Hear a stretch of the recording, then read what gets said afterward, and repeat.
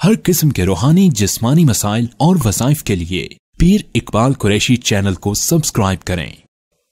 नहमदुहु व नुसल्ली व नुसल्लिमु अला रसूलिहिल करीम, अम्मा बअदु फ़अऊज़ु बिल्लाहि मिनश शैतानिर रजीम, बिस्मिल्लाहिर रहमानिर रहीम।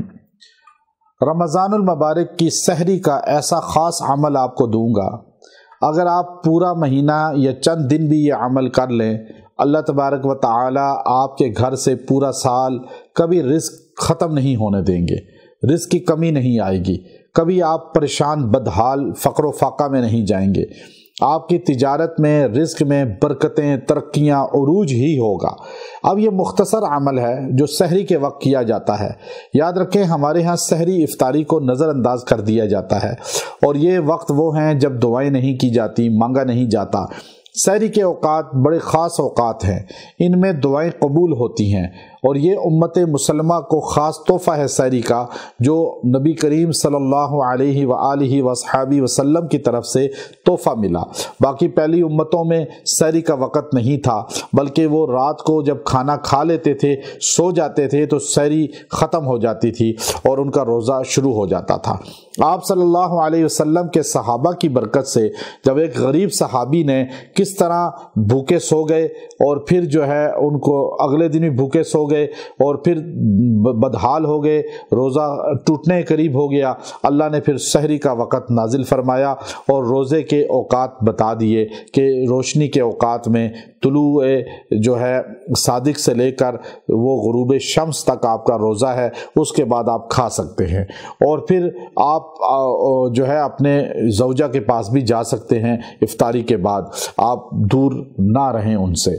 अब आप देखिए कि सहरी के औकात जो है ये अल्लाह तबारक व तआला की तरफ से इतना ख़ास तोहफ़ा है कि आप सल्लल्लाहु अलैहि वसल्लम ने फरमाया कि अल्लाह के फरिश्ते दुआएं करते हैं उन लोगों के लिए जो सहरी खाते हैं, और फरमाया कि सहरी के वक़्त में बरकत डाल दी गई है।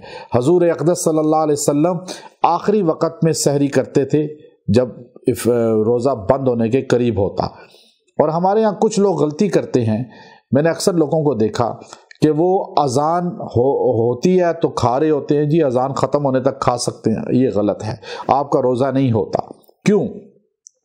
जब आप अजान देते हैं मस्जिद में तो उस वक़्त तुलुए सादिक का वक़्त ख़त्म हो जाता है, फजर का वक्त शुरू होता है, तो फजर का वक्त शुरू होकर रोज़ा बंद हो जाता है, तब अजान हो सकती है, वरना अजान हो ही ना सकती, जायज़ ही वक्त नहीं था। अब अजान का अल्लाहु अकबर होते ही वक्त पहले ख़त्म हो गया, चंद मिनट पहले, तब जाके अजान हुई है।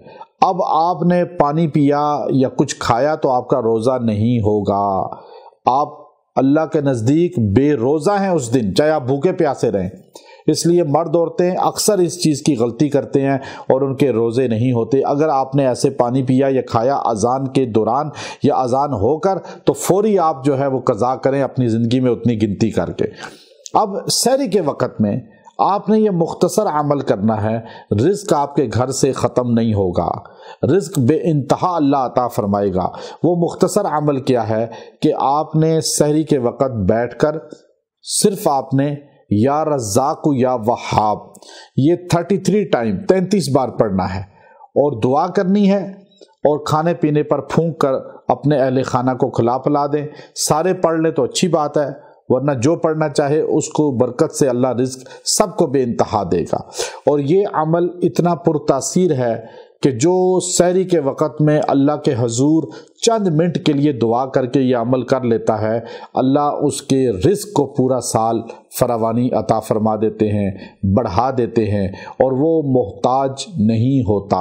तिजारत में, रिज़्क में उसको कमी का शिकार नहीं होता, बल्कि उसके माल में, रिज़्क में तरक्की अल्लाह बढ़ा देते हैं और उसे खुशहाली, पूरा साल खुशहाली ही नसीब होती है, बदहाली उसके घर से निकल जाती है। ये सहरी के वक्त को ज़ाया मत करें, सहरी के औकात को नज़रअंदाज मत करें। ये हमारे नबी सल्लल्लाहु अलैहि वसल्लम पर اللہ کا انعام ہے جو امت محمدیہ کو خاص تحفہ ملا ہے، ورنہ کسی امت کے پاس سحری کے اوقات نہیں تھے، کسی امت کو اللہ نے سحری کا یہ لمحہ عطا نہیں کیا تھا جو تہجد کے ساتھ جڑا ہوا ہے، اور ہمارے لیے دعاؤں کی قبولیت کا یہ بہت بڑا ذریعہ ہے۔ اللہ تبارک و تعالی جس کو اس کی سمجھ دے دے وہ خوش قسمت انسان ہے، اور ہمیں اللہ اس کی سمجھ عطا فرمائے۔ وآخر دعوانا ان الحمد للہ رب العالمین۔